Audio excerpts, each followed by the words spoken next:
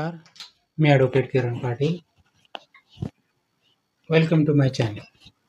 आजचा मी निवडलेला विषय आहे तो सोसायटीमधील आपल्या फ्लॅटच्या संदर्भामध्ये आहे किंवा कुठल्याही जी काही प्रॉपर्टी आहे त्याच्या संदर्भामध्ये आहे.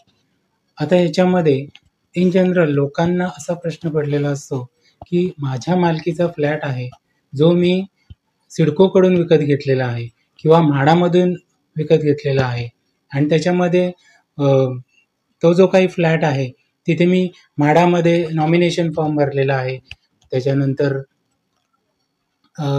सिडकोमध्ये नॉमिनेशन फॉर्म भरलेला आहे किंवा सोसायटीमध्ये नॉमिनेशन फॉर्म भरलेला आहे. त्याच्यामुळे नॉमिनी जो आहे तो याच्यामध्ये कुठेतरी नोंद घेतली गेलेली आहे आणि अशा प्रकारच्या सिच्युएशनमध्ये जर नॉमिनी रजिस्टर असेल तर तो फ्लॅट सेल करता येईल का किंवा त्या नॉमिनीला तो फ्लॅट कोणाला गिफ्ट करता येईल का किंवा त्याच्यामध्ये काही रिलीज डेट करता येईल का.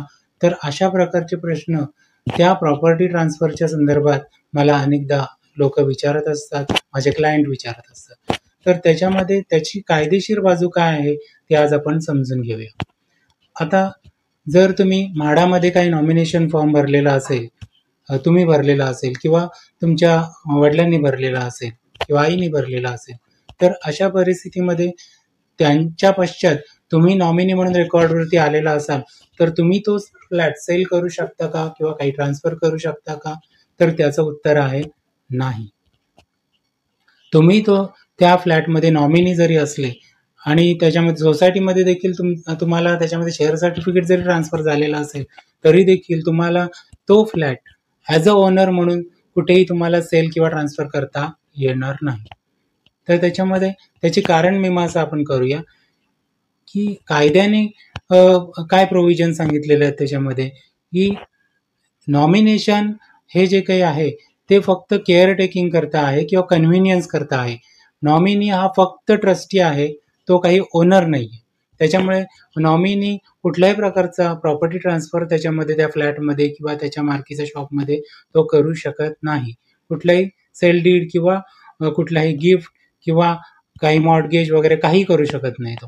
याच्यामध्ये जर आपण बघितलं, आता ती प्रॉपर्टी जर तुम्हाला सेल करायची असेल किंवा ट्रान्सफर करायची असेल तर बॉम्बे रेग्युलेशन ॲक्टचा जो चॅप्टर 8 आहे त्याच्यानुसार तुम्ही डिस्ट्रिक्ट कोर्टामध्ये अप्लाय करू शकता किंवा तुमच्या तालुक्यामध्ये जर सिनियर डिव्हिजन कोर्ट असेल तर तिथे सुद्धा तुम्ही अप्लाय करू शकता आणि लिगल हेअरशिप सर्टिफिकेट घेऊन ते जे कोणी लिगल हेअर्स आहेत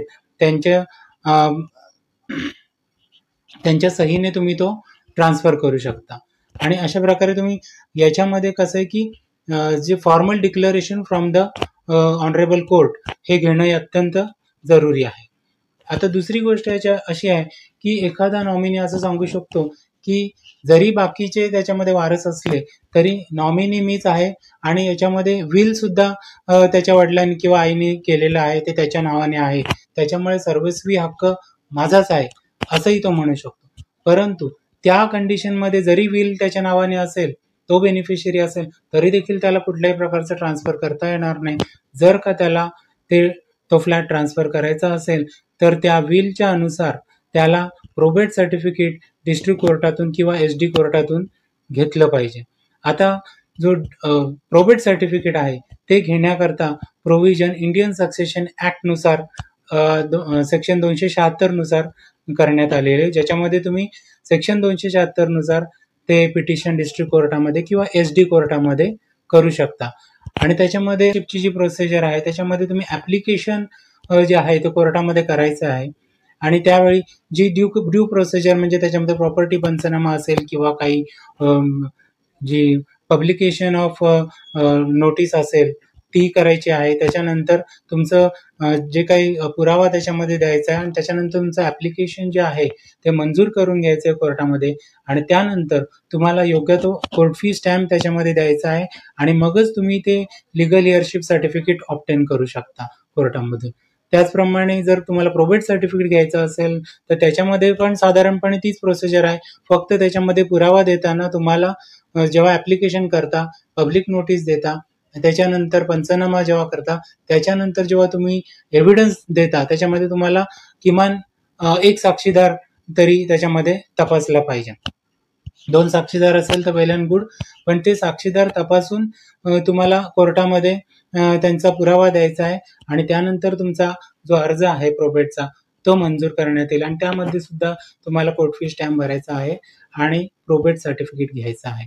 तर अशा प्रकारे ही जी प्रोसिजर आहे प्रोबेट सर्टिफिकेटची किंवा लिगल हेअरशिपची सर्टिफिकेट, ती तुम्हाला फॉलो करणं हे बंधनकारक आहे. त्याशिवाय कुठलंही टायटल, लिगल टायटल तुम्हाला मिळणार नाही आणि ट्रान्सफर करण्याकरता तुम्हाला क्लिअर लिगल टायटल असणं आवश्यक आहे आणि त्यासाठी formal declaration from the court हे तुम्ही मिळवलं पाहिजे आणि त्यामुळे केवळ नॉमिनी तुम्ही त्याच्यामध्ये नमूद आहात सोसायटीमध्ये किंवा सिडकोमध्ये किंवा म्हाडामध्ये म्हणून तुम्ही मालक झालेला आहात आणि आता कुठल्याही प्रकारचे तुम्ही ट्रान्सफर करू शकता, हा तुमचा गैरसमज तुम्ही दूर करा आणि योग्य ती कोर्ट प्रोसिजर फॉलो करा आणि त्याप्रमाणे तुम्ही सर्टिफिकेट घेऊन तुम्हाला ज्याप्रमाणे ट्रान्सफर करायची असेल, प्रॉपर्टी सेल करायची असेल, गिफ्ट करायची असेल किंवा काही हक्क सोड रिलीज करायची असेल ते तुम्ही करू शकता.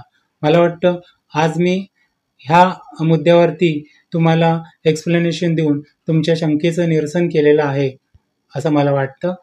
जर माझा व्हिडिओ आवडला असेल तर तो तुम्ही नक्कीच लाईक करा आणि माझ्या चॅनलला सबस्क्राईब करा.